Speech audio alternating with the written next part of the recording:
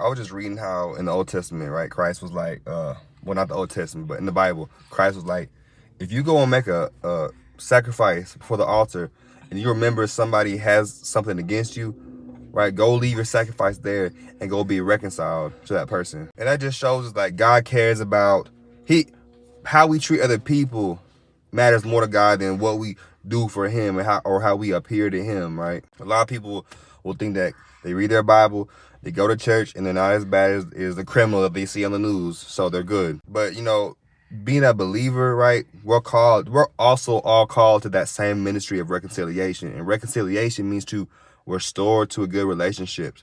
We can't control if people forgive us. And no, I'm not driving around with my baby in the front seat, right?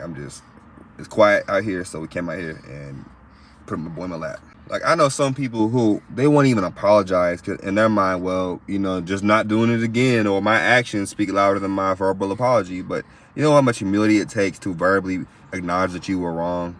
And hey, you know, what can I do to make it better, right? I don't want you having this grudge towards me. I don't want you perceiving me this way no more, you know, and explaining your mindset that you were in during that time. Trying to get to the bottom of whatever issue you have between somebody. You know, it helps them be set free. It helps them see that you know what I'm saying? Like, it helps them understand your heart and mind. And it leaves no room for assuming. There's no more wondering why and what could have been, because God wants his people to move forward. A lot of these things can weigh on people's heart and mind for years and can lead to them doing other things. So we have the power to address those things, right? Through us being the one to humble ourselves, even if they contributed to it as well, even if they started it. Seeking to reconcile doesn't always mean that everything is gonna be great between y'all and that y'all gonna be the best of friends. It's like just understand that God doesn't want you to deceive yourself in thinking that you're pleasing him, right?